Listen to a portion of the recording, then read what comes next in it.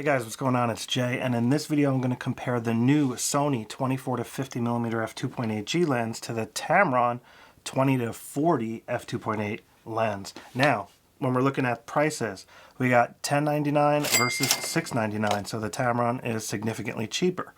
When it comes to build quality, the Sony is significantly better built. So on the Sony here, we have the physical features such as the AF/MF switch, we have the focus hold button, we have a very smooth, buttery focus ring, and we also have a very smooth zoom. And it's got the manual aperture ring here that you can turn if you want. And it also has the click, declick switch. Now the aperture ring does not have a lock switch, but it does lock pretty tight on auto. So this last little click here from 22 to auto, it takes a decent amount of effort there. Looking at the Tamron, both got nice pedal style lens hoods, both lenses. You look at the Tamron here, the zoom is noticeably louder and it has more friction. The focus ring feels pretty good. It has a little bit more friction than the Sony, but not much. Overall, that feels pretty good. The Tamron does have a USB-C port for updating right here. Looking at the back of the lens, they both have the rubber gasket. Let's see the back on the Sony lens here. It's got the rubber gasket as well. Now they are both like plastic bodies, so in that regard they feel pretty similar. Now they both have pinch style lens caps, and they both have the fluorine lens coating on the front, which is nice if, you know, water will just bead right off. Now when it comes to the minimum focus distance, the Sony actually does have a slight advantage when it comes to magnification. So at 20mm, you know, you can get really close with the Tamron, and at 24mm, you can also get really close. I'll put those numbers up on the screen. So when it comes to weight, the Sony is significantly heavier. We're talking about 440 grams or 15.6 ounces versus 365 grams or 12.9 ounces. Now the Sony has an 11 blade rounded aperture and the Tamron has a 9 blade rounded aperture. One thing you can do with the Sony lens that you can't do with the Tamron is an aperture run. So here's f2.8 all the way to f22. To a 24. So this is the wide angle view all the way to 50 millimeters. So we can compare that to the Tamron. Just going to go from the dollar bill to the background so you can see how smooth it is. And also the focus breathing. So keep an eye on the focus breathing. That's that like zooming effect. Now remember, I can turn the focus breathing compensation on the 24-50mm lens, and that'll cancel out the focus breathing, but you cannot do that on the Tamron lens. So let me just turn that on real quick and show you what it looks like, because it does crop in a little bit when you use the focus breathing. So if you're looking at the frame on the bottom left, you could see like that pipe cleaner on the bottom left there, like, you know, the silver one. So when I turn on focus breathing, it's going to crop in a decent amount, as you'll see in a second. All right, so again, if you look at the lower left, you can see the pipe cleaners. It was at the silver one, and now it moved into like the pink one. So that's that crop that I was talking about. But now if I change focus from the background to the foreground, you won't see any focus breathing. So that zooming effect is gone. All right, guys, so now I got the Tamron 20-40 f2.8 on here. So here's 20mm. And here is 40mm. And it did lose the focus when I zoomed in, which the Sony doesn't because of that parafocal feature. All right, so let's hit the background. And you can see the focus breathing. It's not that bad. There's definitely some. Alright guys, so now I'm recording video at the minimum focus distance with the Tamron, and I'm at 40mm right now at the 40mm minimum focus distance. I got the focus transition speed now set to high, so it should do a better job at keeping up.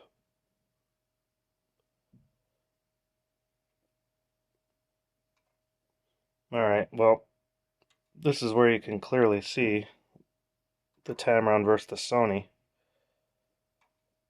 Not even close. Kind of have to touch the quarter again to get it to switch.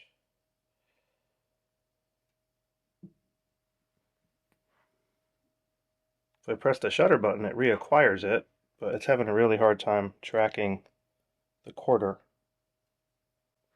Alright, so I have it at 20mm now, and I have the quarter really close, so let me just move the quarter away. I'll do it slow, see if it can track it.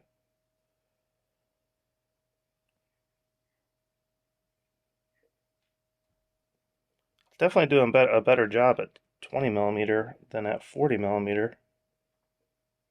So anyways, again with the Sony at 24mm f2.8, I'm just going to select the quarter.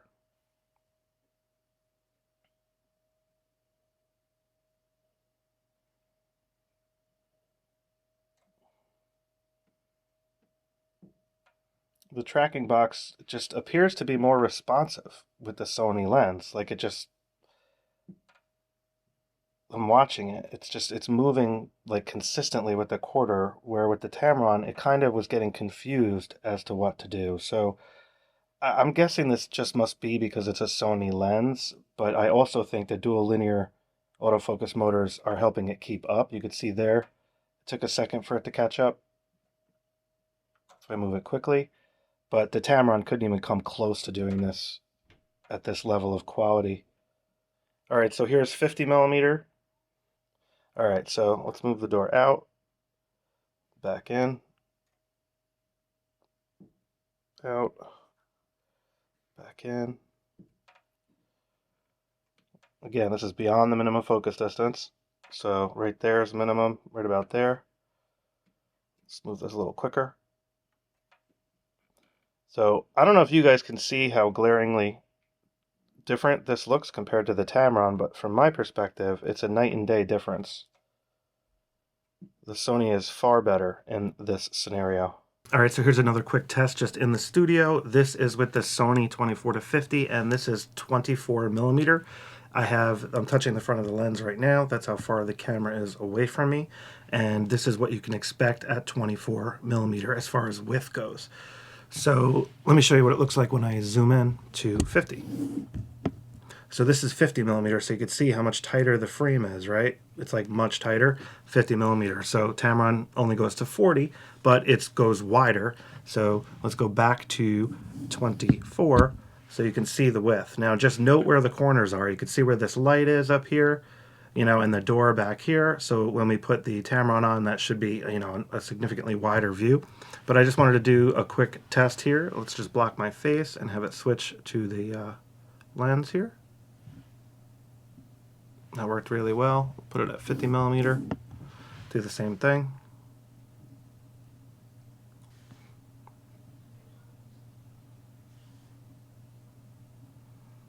All right, now one more quick thing I just wanted to try to compare directly is the flare test. So you can see the exposure is changing automatically because I have it on auto ISO. Sorry about that. You can see some of the flaring there.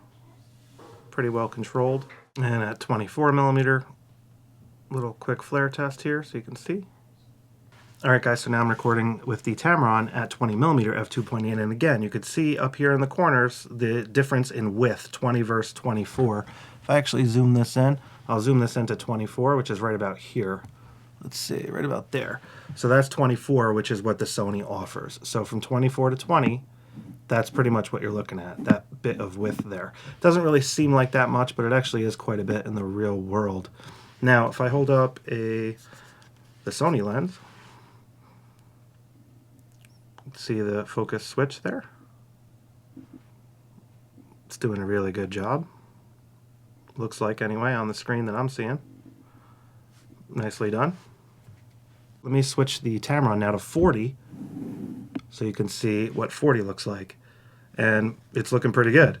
So let me hold this up. Not quite as tight as the Sony, but it's still a good range. And there's the focus. You can see that background butter is looking pretty good. We'll switch to my face. Back to this. Yeah, it's looking good. Tamron's doing a good job in this test. I'll go back to my face. Nice. Let's just check the flaring on the Tamron, see what that looks like. And this is at 40mm. Of course, the exposure is going to make it go darn dark because I'm at the auto ISO there. Let's try at 20. Let's see what it looks like at 20. See, the flaring is pretty well controlled. You can see it there, but not much. Nice job. So what we're looking at here is the Sony on the left and the Tamron on the right. Now the reason the Sony is a TIFF file is because Lightroom does not have the lens correction built in yet. So I had to export it from Imaging Edge, which does have the distortion and, lens profile correction. The Tamron has that built into Lightroom already. So the Sony will as well. It's just we're waiting for a future Lightroom update type thing. So anyways, this is what they both look like with the lens correction applied. And you can see on the right, 20mm, that is the advantage with that extra wider view. And if we zoom in here at f2.8, max aperture is what I'm going to show you guys here. You could see they look very, very similar. Both extremely sharp. Both have pretty similar color and contrast as well. Overall, I would say. And this is raw quality.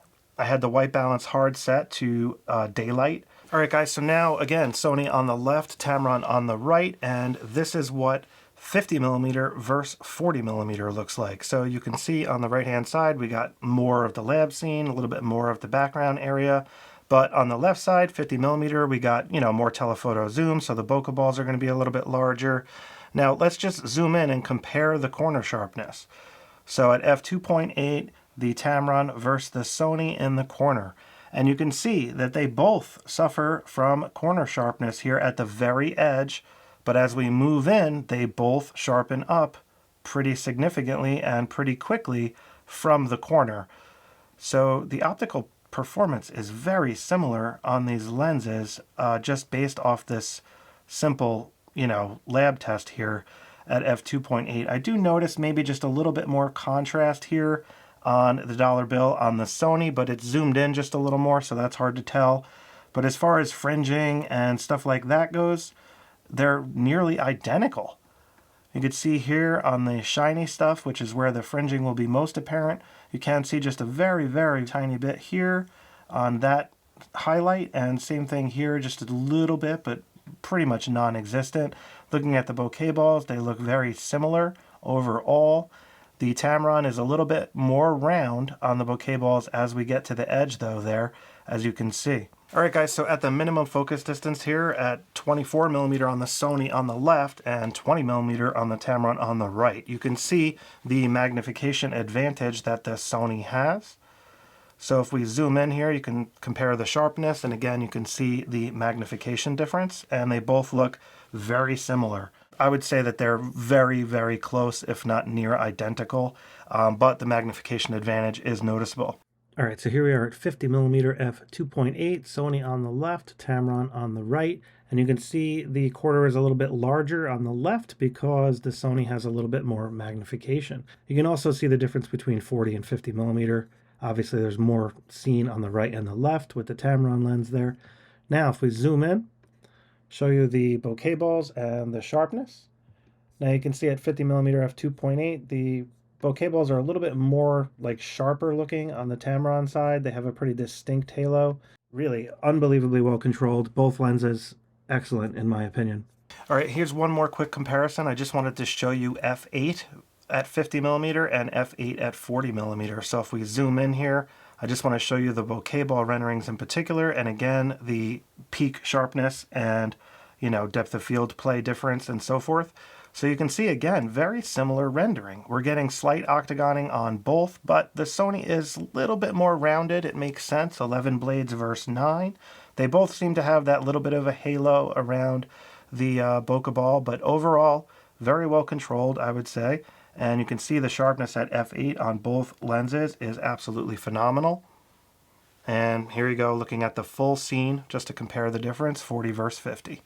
So at the end of the day, both of these lenses performed great in the lab testing for sure. But, the Sony lens does offer several features that, in my opinion, are clearly better than the Tamron.